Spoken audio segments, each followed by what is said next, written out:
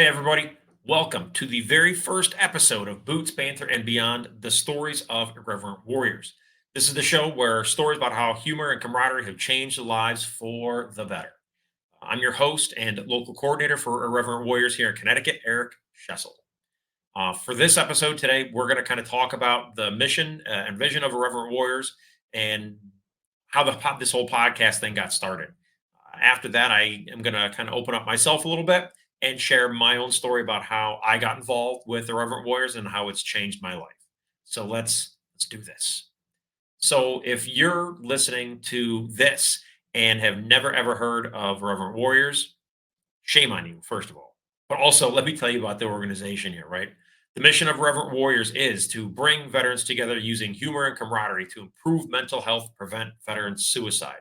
The vision for the organization is we want to unite the veteran community and drive a healthy culture through creative engagements, events, and building a strong veteran based support network in order to become a catalyst for improving our veteran outlook. We prevent suicide through support, meaningful connections, and laughter. We all know that the best support network for us as veterans is more of us. We just need more of us.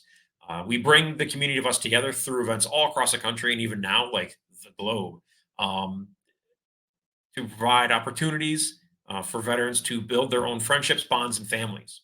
The events that we have out are meant to provide a safe and fun way for us to get off our couches, our homes, and be amongst people who understand us and truly want to see us thrive. You know, who else wants to see us thrive better than other veterans? A saying I've used, and I'm sure others have used as well, is that we don't typically miss the places we were in deployments and everything. We miss the people that we were there with. They were the people that you knew you could rely upon to have your back. So if you're at home right now and you are missing that feeling of camaraderie you had, I cannot recommend coming out to an Irreverent Warriors event near you enough. I promise you that you're going to have a good time. This is sort of where the podcast kind of comes into play. I talked with a lot of people. There were a lot of conversations. There was a lot of excitement about finding ways to uh, reach the veteran community in different ways. You know, we wanted to reach out to our brothers and sisters differently. Epiphanies were had, and again, like I said, there was a lot of excitement, and that's basically it. That's kind of how this whole thing started. Got its start. The show, this podcast, is meant to provide us with a platform, right, for people to share their testimonials, their stories, their experiences with the Reverend Warriors in hopes of further expanding that mission and reaching more service members in order to help combat veteran suicide. We want these stories to be heard. That's the biggest thing. And that's what you'll see here. We'll have an episode every month where we kind of talk about with those people, get them to kind of spill the beans on who they are and why they're a part of Reverent Warriors and what Reverent Warriors has done for them. It'll be veterans and some not. Little do a lot of people know that we have a lot of non-veterans. We have a lot of non-veterans, civilians that volunteer their time and energy and love and support veterans just as much as we do for each other. And so we'll get to hear some of their stories as well. And hopefully over time these stories and interviews that we do will reach some of our brothers and sisters and they'll come experience these things for themselves. Like that's the end game with this. Of course, between episodes, we'll end up being out doing live interviews with people at social events, as well as while we're at the Silky Hikes. So we'll have either have something set up at the Silky Hikes or at events, or we'll just do live recordings right then and there on the spot during the middle of the hike. So that's kind of what we've got going on with that, and that's what we want this to be. So now I will take a few minutes, and I'm just going to kind of talk about my story and about how I got involved with Reverent Warriors and why, like my why. So first, I am a Air Force veteran, security forces. Our chairs were not as fancy, and we only had fans instead of air conditioning. We only got 3-star hotels instead of four, like the rest of the Air Force got. So sorry. Anyways, I got out of the military in 2006, and I stayed in Hampton Roads, Virginia, because I was stationed at Langley.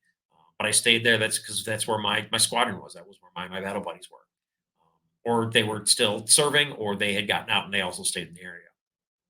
I did do some contract work back in the sandbox for 3 4 years after I got out. I just apparently couldn't get enough sand, so I'd gone and done a few contract gigs. But I always came back to Virginia because that's where my battle buddies were. That's where my second family was, and they were and they still are a very close group of friends who have we've all watched each other grow, whether it's grow family size through marriage or through having kids, or just growth as people itself over the years. And they're the ones who I spent all my time with. I mean, if you're listening to this and you've got your family, your battle buddy family, then you get it. Like these are the people that when you're not working or sleeping or maybe even eating, you're hanging out with these people because that's your tribe. And these people were and still are my tribe.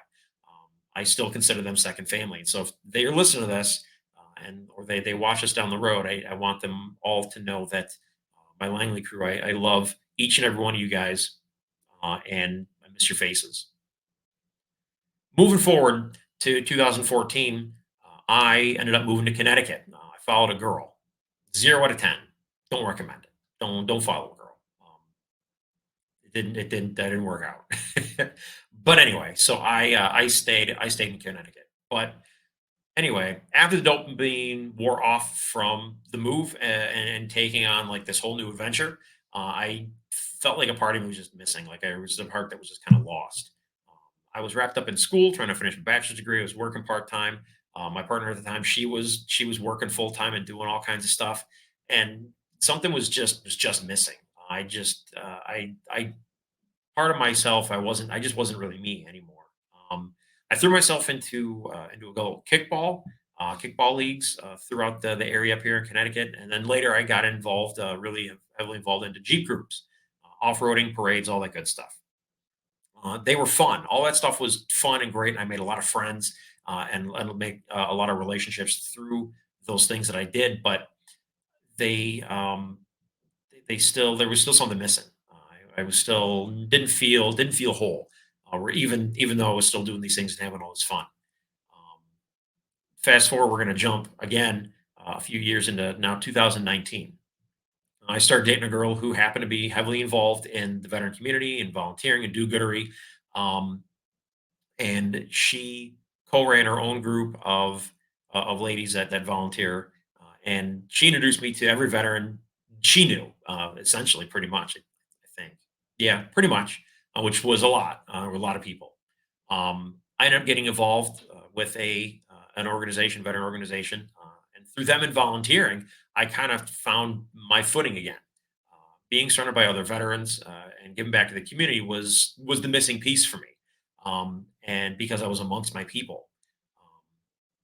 So I ended up being a solo hiker at my first hike in Norwich in 2019. I went so I didn't know anybody. I was going because the girl I was dating and the people that I had started talking to in the veteran community were like, "You need to come out and be a part of this." So I was like, "Screw it, what the hell, let's go." And obviously, I'm still kind of involved with it a little bit here and there, but I'm addicted.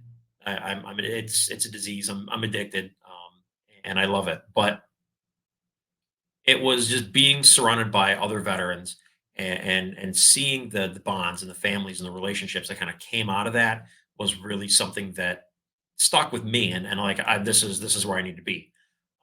I ended up helping put together the Silky Sykes in 2021 and yeah 2020 and 2021, and then in 2022 the reins were kind of turned over to me, and I've been the local coordinator ever since.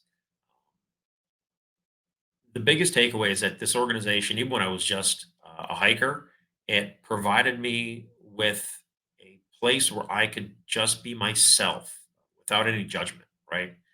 We're all veterans. We're all in this family atmosphere at these events, and seeing all that stuff being created was really important to me. And it helped me find my path and my passion. I've never looked back. And so who knows where I would be without Reverent Warriors? I don't know where I would be. And that's not to say that I need Irreverent Warriors to exist and to live, but it provided me with a means to ensure that I am going to go on, regardless of what happens in my life, because I know I have the people that I've met and the relationships and the friendships that I've been able to establish because of it.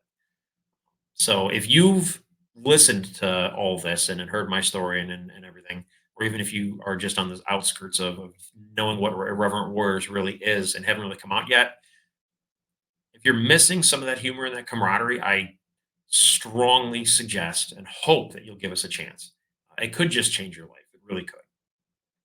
But I think that's enough out of me for right now. I don't want to continue to talk and drone on for hours and hours.